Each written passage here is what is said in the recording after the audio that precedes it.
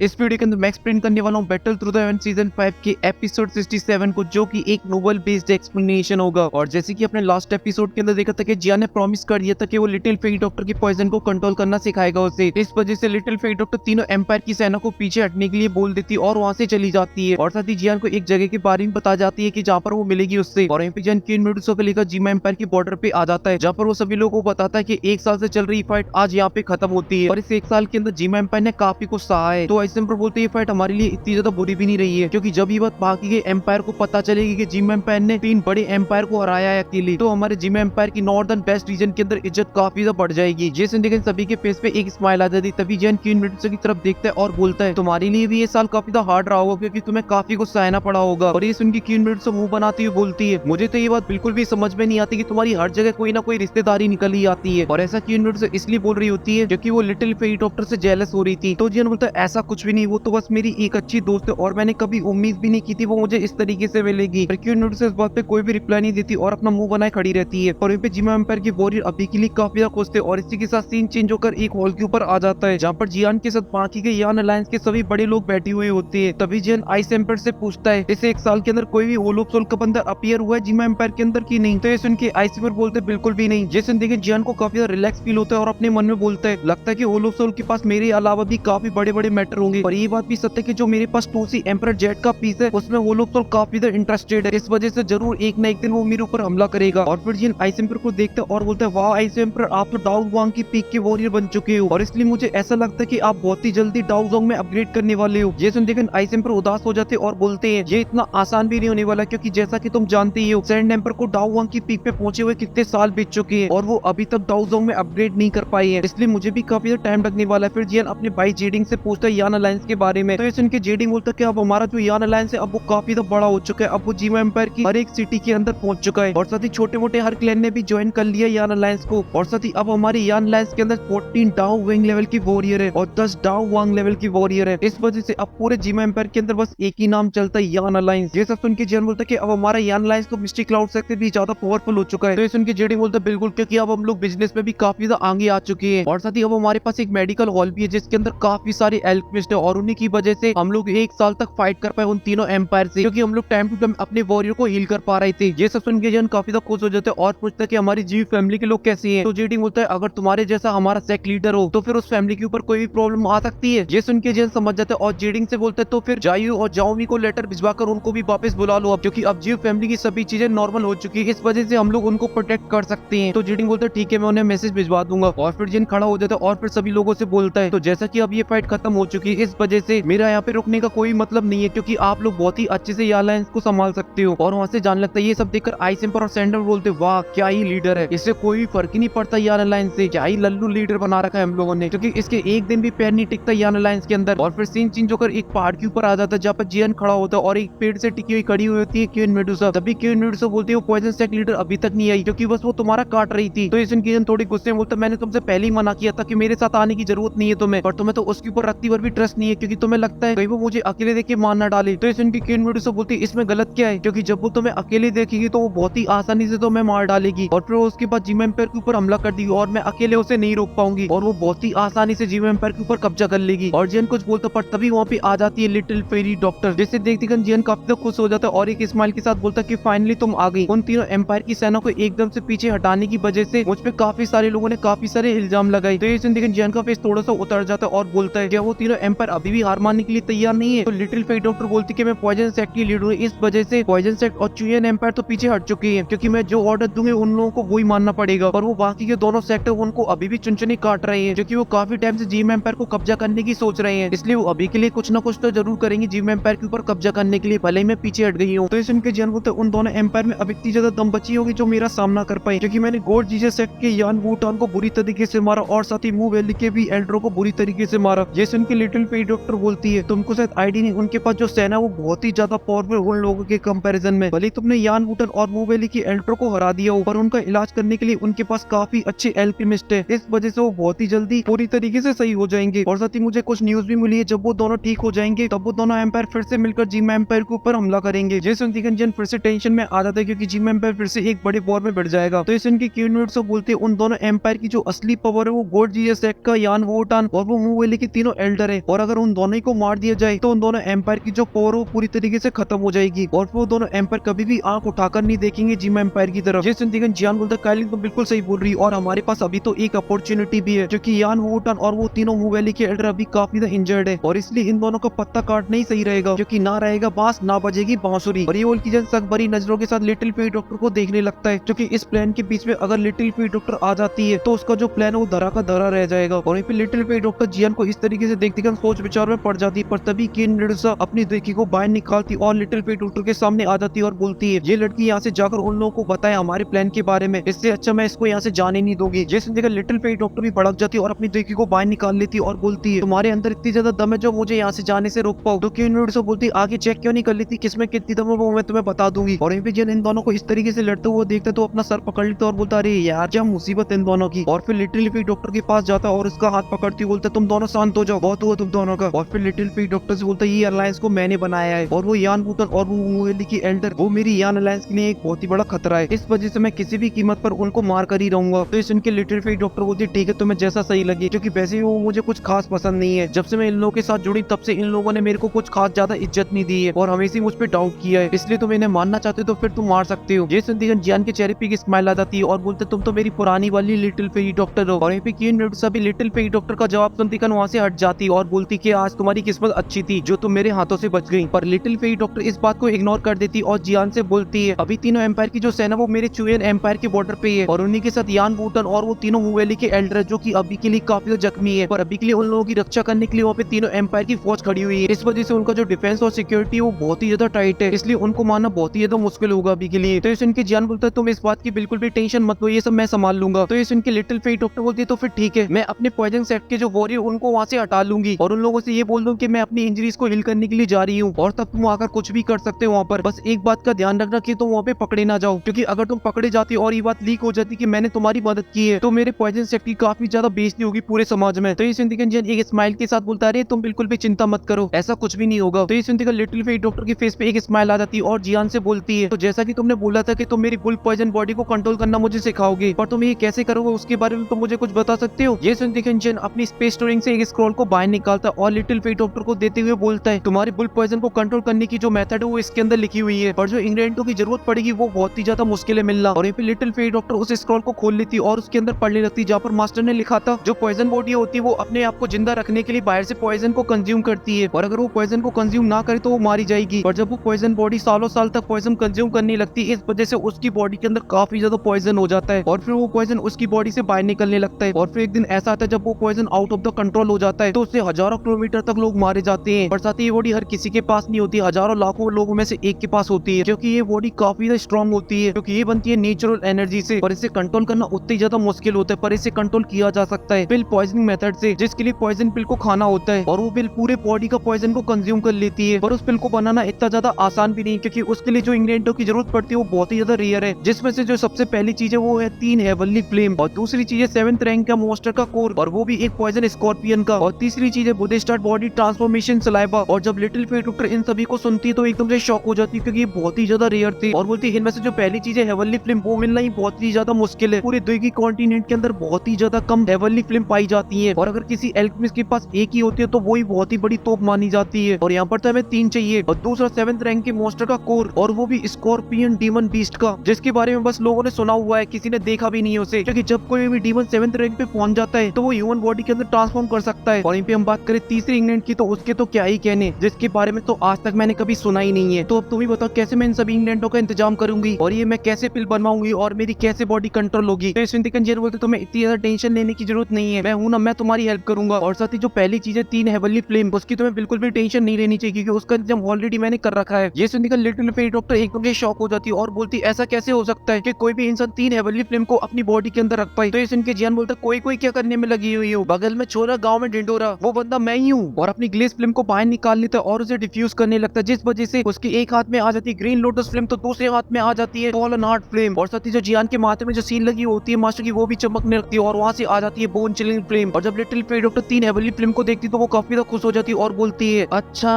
तो ये बात है जो तुम 1000 लेवल की बॉडियों को पेलने में लगे हुए थे। और साथ ही चलो हमारे पास 3 हेवनली फ्लेम तो है, पर बाकी वो दोनों चीजें मिलना भी तो बहुत ही ज्यादा मुश्किल है, क्योंकि एक का तो मैंने नाम ही नहीं सुना और दूसरे को ढूंढना बहुत मुश्किल है। तो जिन बोलते तुम्हें ऐसे हिम्मत नहीं आनी चाहिए, और वैसे भी मैं हूं ना तुम्हारे साथ, मैं हेल्प करूंगा इनको ढूंढने में तुम्हारी। तो ये सुनते ही लिटिल फेरी डॉक्टर होती है ठीक है, और वो इसको वापस जियान को दे देती है और एक जेट का पीस को बाहर निकालती है और जियान को दे देती है और बोलती है जब तुम चुएन एम्पायर के ऊपर हमला करने के लिए आओ तब इस जेट के पीस को तोड़ देना, जिससे मुझे पता चल जाएगा और मैं वहां से पतली गली से निकल लूंगी। तो जियान उस जेट के पीस को ले लेता है और अपनी स्पेस स्टोरिंग के अंदर रख लेता है, और फिर जो लिटिल फेरी डॉक्टर होती है वो वहां से जाने लगती है, पर तभी वो रुक जाती है और जियान से बोलती है क्या तुम मुझे इस तरीके से देखने के बाद तुम अभी भी मुझे अपनी पुरानी लिटिल फेरी डॉक्टर ही समझते हो। तो इस जिंदगी थोड़ी देर के लिए चुप हो जाता है और बोलता है आज भी मैं तुम्हारे लिए वही पुराना वाला जियान हूँ, और तुम भी मेरी पुरानी वाली लिटिल फेरी डॉक्टर ही हो, और इसलिए तुम आज भी मेरे लिए पुरानी वाली दोस्ती हो। ये सुन के जो लिटिल फेरी डॉक्टर होती है वो खुश हो जाती है और वहाँ से चली जाती है, और जियान और केन बेडूसो वहाँ से जाने लगते। तभी केन बेडूसो जियान से बोलती है कहीं ये लड़की हमें बेवकूफ तो नहीं बना रही, क्योंकि जब हम लोग उन लोगों को मारने के लिए जा रहे होंगे तब हमारे जियो एम्पायर के अंदर कोई भी नहीं होगा जो इसका सामना कर पाए, तभी आकर जियो एम्पायर के ऊपर हमला कर दे। तो ये सुन के जियान बोलता है अरे मेरी माँ चुप हो जा, तो मुझे पता है तेरे लिए इसके ऊपर विश्वास करना बहुत ही ज्यादा मुश्किल है, पर मुझे इसके ऊपर पूरा विश्वास है कि ये मुझे धोखा नहीं देगी। तो ये सुन के केन बेडूसो चुप हो जाती है और फिर वो दोनों चुपचाप वहाँ से आने लगती है, पर तभी केन बेडूसो के पेट में चूहे दौड़ने लगती है और वो जैसे कुछ बोलना चाह रही होती है पर वो बोल नहीं पा रही होती है शर्म के मारे, और वो थोड़ी हिम्मत जुटाती और जियान से बोलती है तुम्हें मेरे स्नेक सेक चलना है, क्योंकि मेरे स्नेक सेक के कुछ एल्डर्स तुमसे मिलना चाहते हैं। तो ये सुनते जियान एकदम से शॉक हो जाते हैं और बोलते वो क्यों मिलना चाहते हैं मुझसे। तो केन बेडूसो बोलती कि मेरे स्नेक सेक के पास कुछ सीक्रेट तरीके की टेक्निक है जिससे वो मेरी बॉडी के अंदर जो भी 3-5 हो रही होती है उसके बारे में वो पता कर लेती है। इस वजह से फॉलन आर्ट फिल्म लेते बीच हमारे बीच में जो कुछ हुआ तो उसके बारे में उन लोगों को सब कुछ पता चल चुका है। ये सुनते जियान के एकदम से तोते उड़ जाते और बोलते क्या बोल रही हो तुम, अब वो मेरे साथ क्या करेंगे। और जब केन बेडूसो जियान को डरा हुआ देखती तो वो अपने मन ही मन हंसने लगती है और बोलती है मेरी स्नेक सेक्ट के पुराने रूल्स के अकॉर्डिंग कोई भी ऐसा कुछ करता है तो उसे सजा के तौर पर 10,000 स्नेकों से कटाया जाता है और फिर उसके टुकड़े करके जंगल में फेंक दिए जाते हैं। ये सुनते जियान एकदम से डर जाता है और बोलते ये किस तरीके का सेक्ट है जिसके किसी भी लोगों को प्यार से बात करनी ही नहीं आती है, और ये सब मेरे साथ करना कोई जरूरी है क्या, क्योंकि अब तुम जानती हो कि मैं यान अलायंस का लीडर हूँ, और अगर मेरे साथ कुछ ऐसा होता है तो फिर मेरा यान अलायंस और तुम्हारी स्नेक सेक्ट के बीच में दुश्मनी हो जाएगी और ये तुम लोगों के लिए बिल्कुल भी अच्छा नहीं होगा। तो इनकी क्वीन से बोलती तो यही बात है, तुम मेरे स्नेक सेक्ट के एल्डरों से बोल देना। और इन सभी के बारे में सोच सोच के परेशान हो जाता है और चिल्लाते हुए बोलते हैं अरे यार मैं कहाँ फंस गया यार, क्या ही मुसीबत मोल ले ली मैंने। और क्वीन से बोलती अब कुछ नहीं हो सकता और मैं तुम्हें कल लेने के लिए आऊंगी, इस वजह से कोई भी रीजन नहीं चाहिए मुझे ना जाने का। और वहीं पे जियान अपना सर पकड़ लेता और वहां से जाने लगता है, पर तभी क्वीन को फिर से कुछ जियान से बोलना होता है। तभी वो जियान से बोलती है अब तुम्हें मेरे लिए सोल रिकवरी पिल को बनाने की कोई भी जरूरत नहीं है, क्योंकि जो हेवी स्वेलिंग पाइथन की फीलिंग्स थी अब वो बहुत ही ज्यादा कम हो चुकी है। तो ये सुनती जियान डरते हुए बोलते क्या तो फिर तुम मुझे मार डालोगी। तो ये सुनती क्वीन से बोलती अगर मुझे तुम्हें मारना ही होता तो मैं तुम्हें कब की मार चुकी होती, तो वो भी जिंदा नहीं होते। ये सुनती जियान एकदम से रिलैक्स हो जाते और बोलते फाइनली ये मेरी जिंदगी की बड़ी मुसीबत खत्म हुई। और फिर जियान बोलता क्वीन से एकदम सही बोल रही, क्योंकि अब तो मास्टर भी नहीं है, इसलिए वो जब चाहती वो मुझे तब मार सकती थी, जब तक कि मैं अभी के लिए काफी ज्यादा पावरफुल हो गया हूँ। पर क्वीन अभी भी चाहे तो मुझे अभी भी मार सकती है, क्योंकि उसके सामने मेरी अभी भी कोई औकात नहीं है। और फिर वो दोनों चुपचाप वहां से जाने लगते, जहाँ पर क्वीन बोलती कि मैं कल कोई भी रीजन नहीं सुनूंगी, तो मैं मेरे क्लैन कल चलना ही होगा। और इसी के साथ ये फर्स्ट पार्ट यहीं पे खत्म हो जाता है, और इसका जो सेकंड पार्ट आने वाला है वो आएगा मेरे second channel cute love Fairyland पर, जहाँ पर जियान जाएगा अपनी ससुर, जहाँ पर जियान की जो सास है वो काफी भड़की हुई है, और साथ ही वो जियान को बताएंगे कि वो बन चुका है बाप। इसलिए इसका जो नेक्स्ट पार्ट होने वाला है वो भी काफी इंटरेस्टिंग होने वाला है, इसलिए इस वीडियो को दबा के लाइक करिए। मैं मिलूंगा आपसे नेक्स्ट वीडियो में, तब तक के लिए आप सभी को बहुत सारा प्यार।